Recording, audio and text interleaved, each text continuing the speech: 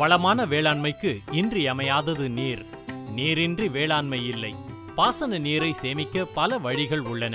அதேபோல் நாம் பெறும் மழை நீரை சேமிக்க பல்வேறு தொழில்நுட்பங்கள் உள்ளன.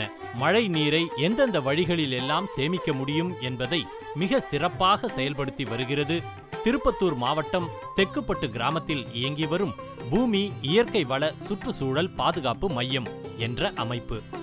ஆழ்துளை கிணறு நீர் உறிஞ்சி குழி, தடுப்பணை, மழை நீர் அறுவடை தொட்டி போன்றவற்றை அமைத்து மழை நீரை சேமிப்பது பற்றி மக்களுக்கு சொல்லித் தருகிறது பூமி அமைப்பு. இந்த பூமி அமைப்பின் நிறுவனர் ஞானசூரிய பகவான் அவர்கள் தனது நிலத்தில் அமைத்துள்ள ஆழ்துளை கிணறு நீர் உறிஞ்சி குழி பற்றி மிக விளக்கமாக உழவர்களுக்கு கூறி வருகிறார். அதை தன் நிலத்திலேயே செயல்படுத்தி வருவது கூடுதல் சிறப்பு. இது பற்றி ஞானசூரிய பகவான் அவர்கள் கூறும் கருத்துக்களை இப்போது பார்ப்போம்.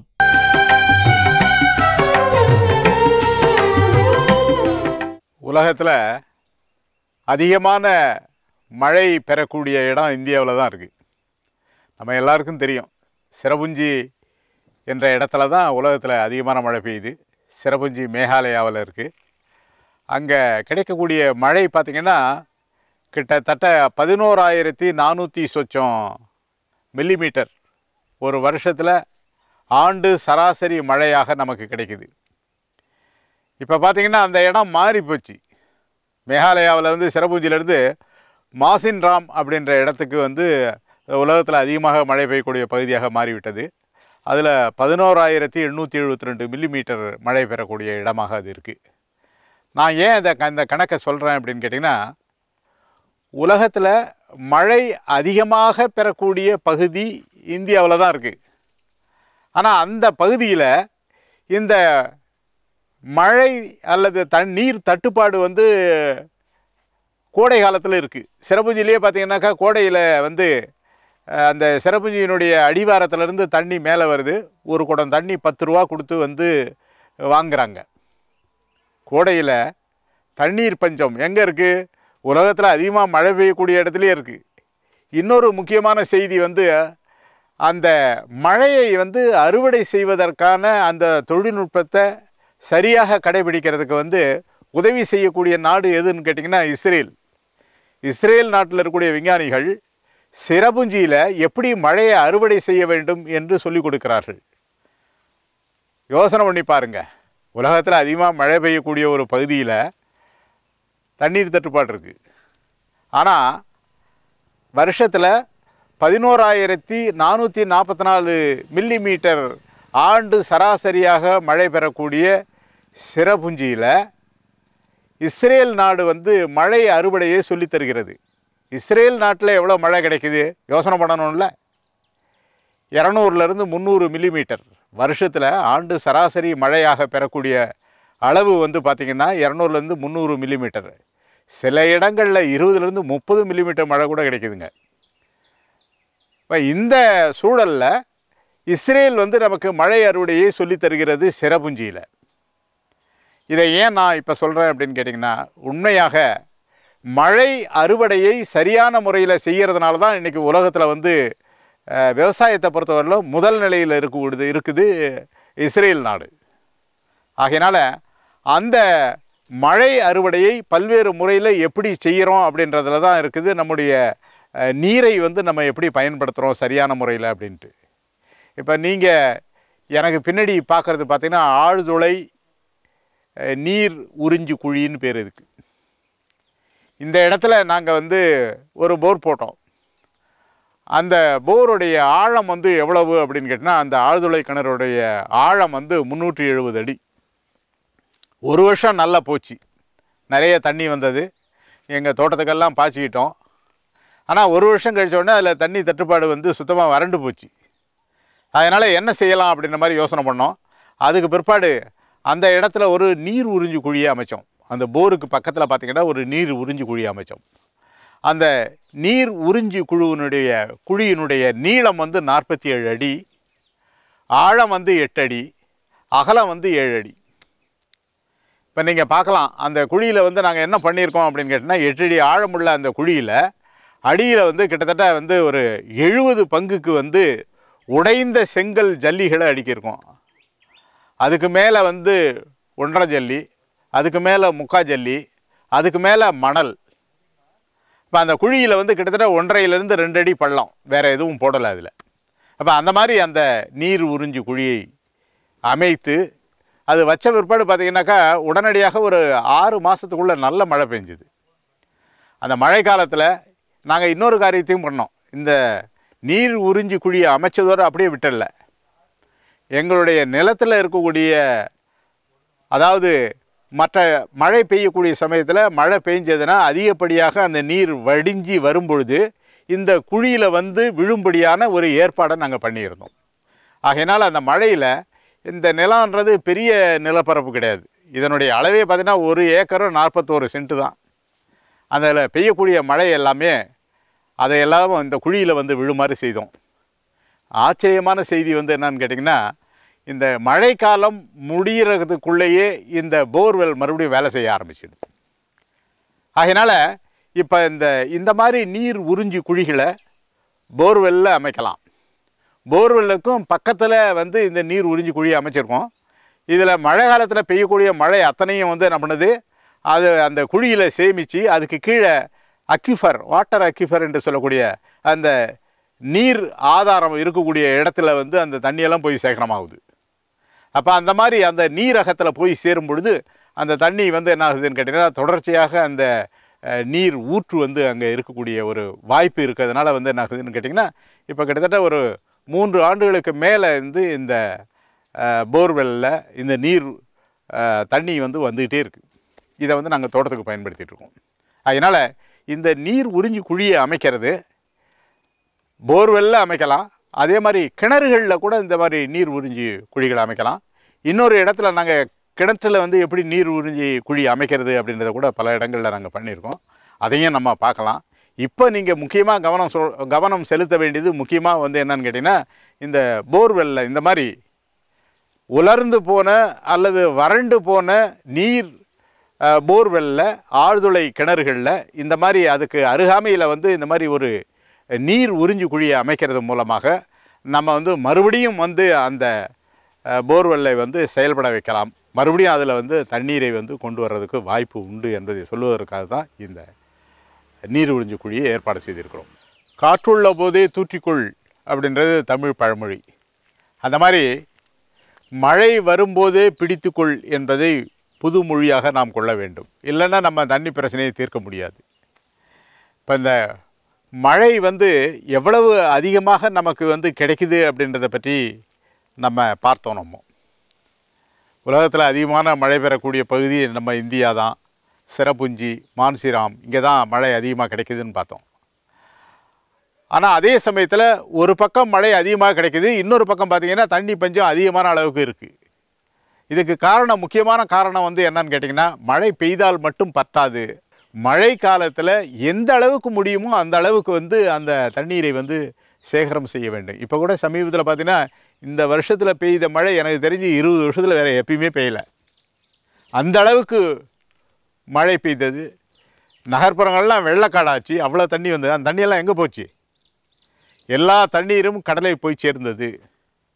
அப்போ அந்த மாதிரி வந்து அந்த அளவுக்கு தண்ணீர் வந்து நமக்கு போய் வீணாக போகிறது. நமக்கு கிடைக்கக்கூடிய மழையில் கிட்டத்தட்ட 35% நீர் வந்து கடலில் போய் சேருது.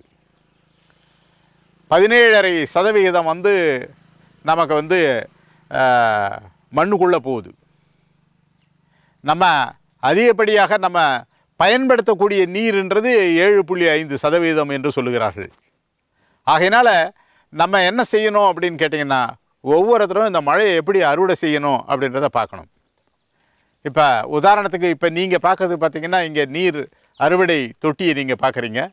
இதில் 2 தொட்டி இருக்குது. ஒரு தொட்டியில் வந்து 20,000 லிட்டர் தண்ணீரை சேமிக்க முடியும். 2 தொட்டிலையும் இதில் 20,000 லிட்டர், அதில் இன்னொன்றில் வந்து 20,000 லிட்டர், 40,000 லிட்டர் தண்ணீரை சேமிக்க முடியும். இது எங்கேருந்து சேமிக்கிறோம்னாக்கா, இங்கே எங்களுடைய அங்கே பயிற்சி மையத்தினுடைய விடுதி கட்டிடம் இருக்குது. அந்த விடுதி கட்டிடத்தில் வந்து 8 ரூம் இருக்குது. அந்த ரூமுக்கு மேலே இருக்கக்கூடிய பகுதியில் அந்த மாடியிலிருந்து அந்த கூரையிலிருந்து அறுவடை செய்த தண்ணி தான் நேராக வருது. இந்த தண்ணியை அறுவடை செய்து இந்த தண்ணீரை மறுபடியும் வந்து இந்த தோட்டத்தில் இருக்கக்கூடிய மரங்களுக்கெல்லாம் நாங்கள் பயன்படுத்துகிறோம். இது பார்த்திங்கன்னா அதாவது வறட்சியான பகுதி, வறண்டு போன பகுதி, ஒரு மலை அடிவார பகுதி. இங்கே இருக்கக்கூடிய மண் கூட நல்ல மண்ணுன்னு சொல்ல முடியாது. இந்த மண் அது சுக்காம்பாறை, அதே மாதிரி பாறைகள், ஜல்லிகள், அந்த மாதிரி நிறைஞ்ச ஒரு மண். அந்த மண்ணில் அதிகப்படியான தண்ணீர் தேவைப்படும். அந்த மாதிரி மண்ணில் இங்கே நீங்கள் இந்த மரங்கள்லாம் பார்க்குறீங்க, எவ்வளோ நல்லா இருக்குது பாருங்கள். அதுக்கு முக்கியமான காரணம் என்னங்கன்னா, அதற்கு போதுமான தண்ணீரை எங்களால் அந்த மழையிலேருந்து கிடைக்கக்கூடிய தண்ணீரை அறுவடை செய்து நாங்கள் பயன்படுத்துகிறோம். ஆகையினால் இந்த தண்ணீரை நீங்கள் நினைக்கலாம், விவசாயத்துக்கு மட்டும்தான் இப்படி பயன்படுத்த முடியுமா அப்படின்ற மாதிரி நீங்கள் கேட்கலாம். பல நாடுகளில் பார்த்திங்கன்னா அவர்களுடைய தண்ணீர் பஞ்சத்தை தீர்ப்பதற்கு இந்த மழை அறுவடை உதவியாக இருக்கிறது. வீடுகளில் இருக்கக்கூடிய கூரைகளில் அறுவடை செய்யக்கூடிய தண்ணீரை அவர்கள் பயன்படுத்துகிறார்கள். நான் கொஞ்ச நாளுக்கு முன்னாடி, சில ஆண்டுகளுக்கு முன்னதாக பிரேசில் நாட்டுக்கு போயிருந்தேன். தென் அமெரிக்காவில் இருக்கக்கூடிய பிரேசிலில் பார்த்திங்கன்னா கிட்டத்தட்ட 10 லட்சம் வீடுகளில் பார்த்திங்கன்னா கூரை நீர் அறுவடையை செய்து அவர்கள் அவங்களுடைய தண்ணீர் பஞ்சத்தை அங்கு நீக்கி இருக்கிறார்கள். அந்த பகுதி என்னென்னு கேட்டிங்கன்னா, ஒரு பிரேசிலுடைய வடகிழக்கு பகுதி கடுமையான வறட்சியான பகுதி, ஒரு பாலைவன பகுதி என்று கூட சொல்லலாம். அந்த பகுதியில் அங்கே இருக்கக்கூடிய வீடுகள்லாம் இப்போ நம்ம ஊரில் இருக்கிற மாதிரி கிராமங்கள் ஒன்றா இருக்காது, பிரிஞ்சு இருக்கும். அந்த இடத்துல தண்ணீர் பஞ்சம் மிகுதியாக இருக்கும். இங்கே கிடைக்கக்கூடிய மழை, நான் சொன்ன ஏற்கனவே இந்தியாவில் நம்ம கிடைக்கக்கூடிய மழை 1250 மில்லிமீட்டர்னு, பிரேசிலில் கிடைக்கக்கூடிய மழை 600 சொச்சம் மில்லிமீட்டர். அப்படி அந்த மழை கிடைக்கக்கூடிய இடத்துல அங்கே இருக்கக்கூடிய வீடுகளில் ஒவ்வொரு வீட்லேயும் அந்த மழை அறுவடை பண்ணி வச்சுருந்தாங்க. நான் அந்த வீடுகள்லாம் நாங்கள் போய் பார்த்தோம். அந்த மழை அறுவடை செய்து அந்த தண்ணீரை தான் அவங்க பயன்படுத்துகிறாங்க. வருஷம் முழுவதும் அந்த தண்ணீரை குடிக்கிறார்கள். கூட அவங்ககிட்ட கேட்டேன், மழை அறுவடை செய்த தண்ணீரை குடிக்க முடியுமா, இல்லை குடிக்கலாமா அப்படின்னு கேட்ட சமயத்தில் அவங்க போன உடனே எங்களுக்கு கொஞ்சம் தண்ணி கொடுத்தாங்க குடிக்கிறதுக்கு. நாங்கள் எல்லாருமே அந்த தண்ணியை குடித்தோம். அப்போ அவங்க கேட்டாங்க, நாங்கள் உங்களுக்கு தண்ணி கொடுத்தோமே, அது நல்லா இருந்ததா அப்படின்னு கேட்டாங்க. நான் சொன்னேன், ரொம்ப நல்லா இருந்தது அப்படின்னு. அது போன வருஷம் அறுவடை பண்ண தண்ணி அப்படின்னாங்க. அந்த தண்ணீரை அறுவடை செய்து 1 வருஷம் ஆச்சு. அப்போ அந்த உலகத்தில் இருக்கக்கூடிய தண்ணியிலேயே ரொம்ப சுத்தமான தண்ணி மழை தண்ணி தாங்க. இந்த மழை தண்ணியை நம்ம அறுவடை பண்ணோம்னா பல விஷயங்களை நம்மளால் சமாளிக்க முடியும். இப்போ இங்கே நாங்கள் இந்த மழை நீரை அறுவடை செய்து இந்த 40,000 லிட்டர் தண்ணீரை நாங்கள் சொட்டு நீர் பாசனம் மூலமாக இங்கே இருக்கக்கூடிய மரங்களுக்கு பாய்ச்சிறோம். ஆனால் நகர்ப்புறத்தில் இருக்கக்கூடியவர்கள் தண்ணிக்காக எவ்வளோ செலவு பண்ணுறோம் யோசனை பண்ணி பாருங்கள். எவ்வளவோ செலவு பண்ணுறோம். அந்த மாதிரி நகர்ப்புறத்தில் இருக்கக்கூடிய வீடுகளில் இருக்கக்கூடியவர்கள் தாராளமாக அந்த மாடியில் இருக்கக்கூடிய பகுதி, அந்த மாடி பரப்பை கொண்டு அந்த பரப்பின் கிடைக்கக்கூடிய மழை காலத்தில் கிடைக்கக்கூடிய தண்ணியை அறுவடை செய்துனா ஆண்டு முழுக்க பயன்படுத்த முடியும். நிறைய பேர் அந்த மாதிரி பயன்படுத்துகிறாங்க. உங்களுக்கு ஒரு சந்தேகம் இருக்கும், அந்த மாதிரி மழை தண்ணியை அறுவடை செய்யும்போது அந்த தண்ணி சுத்தமாக இருக்குமா அப்படின்னு சொல்லிட்டு. கண்டிப்பாக சுத்தமாக இருக்கும். நீங்கள் செய்ய வேண்டிய ஒரே ஒரு காரியம் என்னன்னா, அந்த எந்த கூரையில் நீங்கள் அறுவடை செய்கிறீர்களோ அந்த கூரையை சுத்தமாக வைத்து கொள்ள வேண்டும். மழை காலம் என்றால், இப்போ நாளைக்கு நான் மழை வரும், கண்டிப்பாக வரும், இந்த வாரத்தில் வரும் அப்படின்னா இந்த சமயத்தில் நான் என்ன பண்ணணும், அந்த கூரையை சுத்தமாக வைத்து கொள்ள வேண்டும். அந்த தண்ணீரை அறுவடை செய்த பிற்பாடு நீங்கள் கேட்கலாம், அப்படியும் கூட அதில் ஏதாவது அசுத்தம் சேருமே, அப்போ அந்த தண்ணியை எப்படி பயன்படுத்தலாம் அப்படின்ற மாதிரி உங்களுக்கு தோணும். அந்த தண்ணீரை சேகரித்த தண்ணீரில் 1000 லிட்டர் தண்ணிக்கு 4 கிராம் ப்ளீச்சிங் பவுடர் சேர்த்து ஒரு அரை மணி நேரம் அது செட்டில் ஆகிறதுக்கு நம்ம அனுமதிக்க வேண்டும். 1000 லிட்டர் தண்ணீருக்கு 4 கிராம் ப்ளீச்சிங் பவுடர் அதை போட்டு ஒரு அரை மணி நேரம் ஆன பிற்பாடு அந்த தண்ணீரை வடிகட்டி நம்ம குடிக்கலாம். அதே மாதிரி இன்னொரு விஷயம், அந்த பிரேசில் நாட்டில் அவங்க என்ன பண்ணுறாங்கன்னா, ஒரு வகையான மீனை அவர்கள் பயன்படுத்துகிறார்கள். அந்த மீனை கொண்டு போய் அந்த தொட்டியில், தண்ணீரை சேகரிக்கக்கூடிய அந்த தொட்டியில் அந்த மீனை கொண்டு போய் விட்டாங்கன்னா அது என்ன பண்ணுது, அந்த தொட்டியில் இருக்கக்கூடிய பாசி இன்னும் அதில் இருக்கக்கூடிய அசுத்தமான விஷயங்கள் எல்லாத்தையும் அது கிளியர் பண்ணிடுது, எல்லாத்தையும் அது எடுத்துடுது. அந்த மாதிரி ஒரு வகையான மீனை அவர்கள் பயன்படுத்துகிறார்கள். ஆகையினால் இப்போ நமக்கு பார்த்திங்கன்னா தமிழ்நாட்டிலையும் சரி இந்தியாவிலையும் சரி முழுக்க பார்த்திங்கன்னா கோடை காலத்தில் எவ்வளவு மழை பெஞ்சாலும் வருஷம் கோடை காலத்தில் கண்டிப்பாக தண்ணி பஞ்சம் இருக்க தான் செய்யுது. குடிநீருக்கு பஞ்சம், தண்ணீர் இருக்குது. பல மைல் தொலைவுகள், பல கிலோமீட்டர்கள் நடந்து போய் பெண்கள் தண்ணீரை சேகரிக்கக்கூடிய காட்சி ஒவ்வொரு வருஷமும் நடந்துட்டு தான் இருக்குது. ஆனால் இதை சரி செய்யணும்னா இதுக்கு இருக்கக்கூடிய ஒரே வழி வந்து என்னன்னு கேட்டிங்கன்னா மழைநீர் அறுவடை மட்டும்தான். இதைத் தொடர்ந்து திருப்பத்தூர் மாவட்டம் சிக்கனாங்குப்பம் என்ற கிராமத்தில் பூமி அமைப்பின் சார்பில் கிராமத்து ஓடையில் தடுப்பணை அமைத்திருப்பதன் பயன்கள் பற்றியும் அவர் விளக்கினார். இந்த தடுப்பணை மூலம் பயனடைந்த விவசாயிகளில் ஒருவரான லக்ஷ்மண் அவர்களும் பூமி அமைப்பின் திட்ட மேலாளர் வெங்கடேசன் அவர்களும் தடுப்பணை குறித்து எடுத்துச் சொன்னார்கள். அவர்களது கருத்துகளை இன்றைய தகவல் பகுதியில் பார்ப்போம் வாருங்கள். லட்சுமணன், சிக்கனாங்குப்பம், திருப்பத்தூர் மாவட்டம். இந்த நபார்டு திட்டத்தில் பூமி நிறுவனம் சேர்ந்து இந்த காணிகளுக்கெல்லாம் தடுப்பணை கட்டுச்சு. ஒரு 10 வருஷம், சுமார் 10 வருஷத்துக்கு முன்னே கட்டினது. அதுக்கு முன்னே வந்து தண்ணி நேராக போயிடும். அதனால் எந்த பிரயோஜனமும் இல்லாத இருந்துச்சு. குட்டை பகுதியிலேருந்து அங்கங்கே தடுப்பணை கட்டினதுனால இப்போ ஒரு சேமரமாக இருக்குது. எங்கள் ஏரியாவில் செடிங்கோ ரெண்டாவது போகம் பண்ணுற மாதிரி இருக்குது. தண்ணி அங்கங்கே அந்த கிணற்றடி நீர் மட்டம் வந்து உயர்ந்துருக்குது. சுமாராக இது 2 போகம் பண்ணுறாங்க. முன்னெல்லாம் 1 போகம் பண்ணுவாங்க. இப்பயும் செழிப்பாக இருக்குது எங்கள் ஏரியாவில். அங்கங்கே தடுப்பணை கட்டியிருக்கிறதுனால இப்பயும் தண்ணி இருக்குது. ஜனவரி இந்த டைம்லலாம் தண்ணி எப்பயுமே இருக்கிறதில்ல. இந்த டைம் வந்து ஜனவரி, பிப்ரவரியெல்லாம் கூட தண்ணி தேக்கமாக இருக்குது எங்கள் காணாற்றில். 2வது போகமும் பயிர் பண்ணியிருக்கிறாங்க. முன்னெல்லாம் 1 போகம் பண்ணுறதே ரொம்ப பெரிய விஷயம், மழை இல்லைனாலும். இப்போ ஒரு மழை வந்தாலும் 6 மாதம் எங்கள் காணியில் தண்ணி போயினே இருக்குது. அதை தடுப்பணை கட்டினதுனால அங்கங்கே தண்ணி தேங்குற வாய்ப்பை பூமி நிறுவனம் ஏற்படுத்தி கொடுத்துக்குறாங்க. எங்கள் ஏரியாவில் ஒரு 25 கிணறு இருக்குது. இந்த தடுப்பணைங்கள்லாம் கட்டினதுக்கப்புறம் தண்ணி கொஞ்சம் ஒரு 3 மாதம் 6 மாதம் சேர்ந்து வருது. அதனால் பயிர் பண்ணுறதுக்கும் ஒரு நல்லா ஹெல்ப்ஃபுல்லாக இருக்குது. தண்ணி ஒரு 3-4 மாதம் தேங்கிறதுனால ஆடு மாடுங்கள்லாம் குடிக்குது. இந்த தடுப்பணை கட்டினதுனால ஒரு 400 அடி நீட்டுக்கு தண்ணி அங்கங்கே ஒரு 3-4 தடுப்பணை கட்டியிருக்கிறாங்க.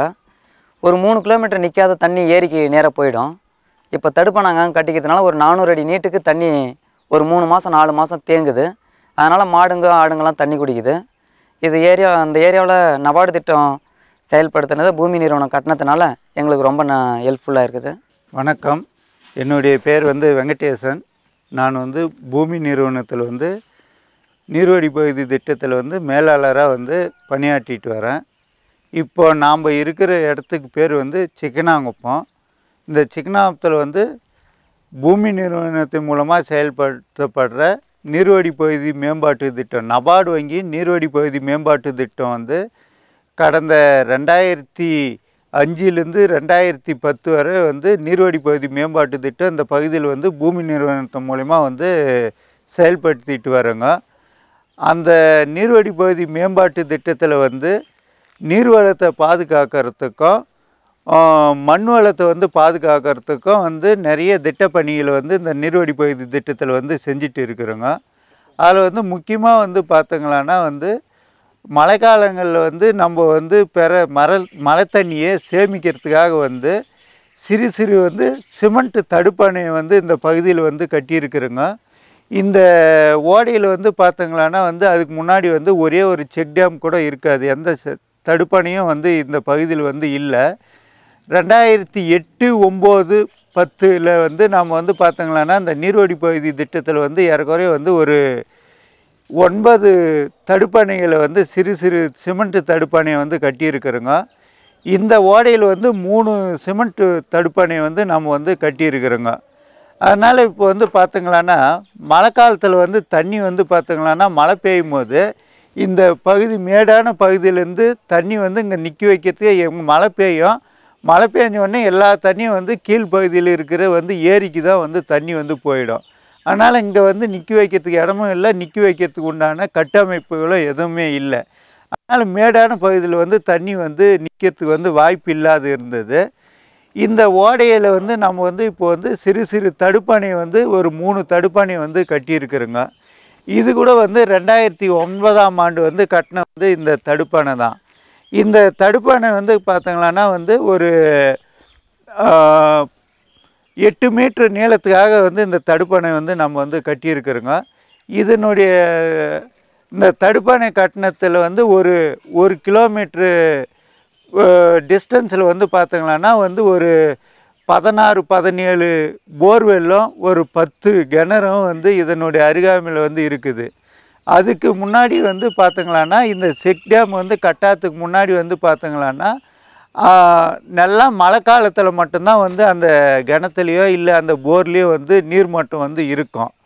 ஆனால் இது கட்டி இதில் வந்து ஒரு 2 முறை வந்து தண்ணி நின்று இந்த பகுதியிலெல்லாம் வந்து பார்த்திங்களான்னா அதுக்கு இந்த செக் டேம் கட்டாததுக்கு முன்னாடி வந்து ஒரு 2-3 மாதம் வந்து தான் வந்து அந்த போர்லேயோ கிணத்துலேயோ வந்து தண்ணி இருக்கும்.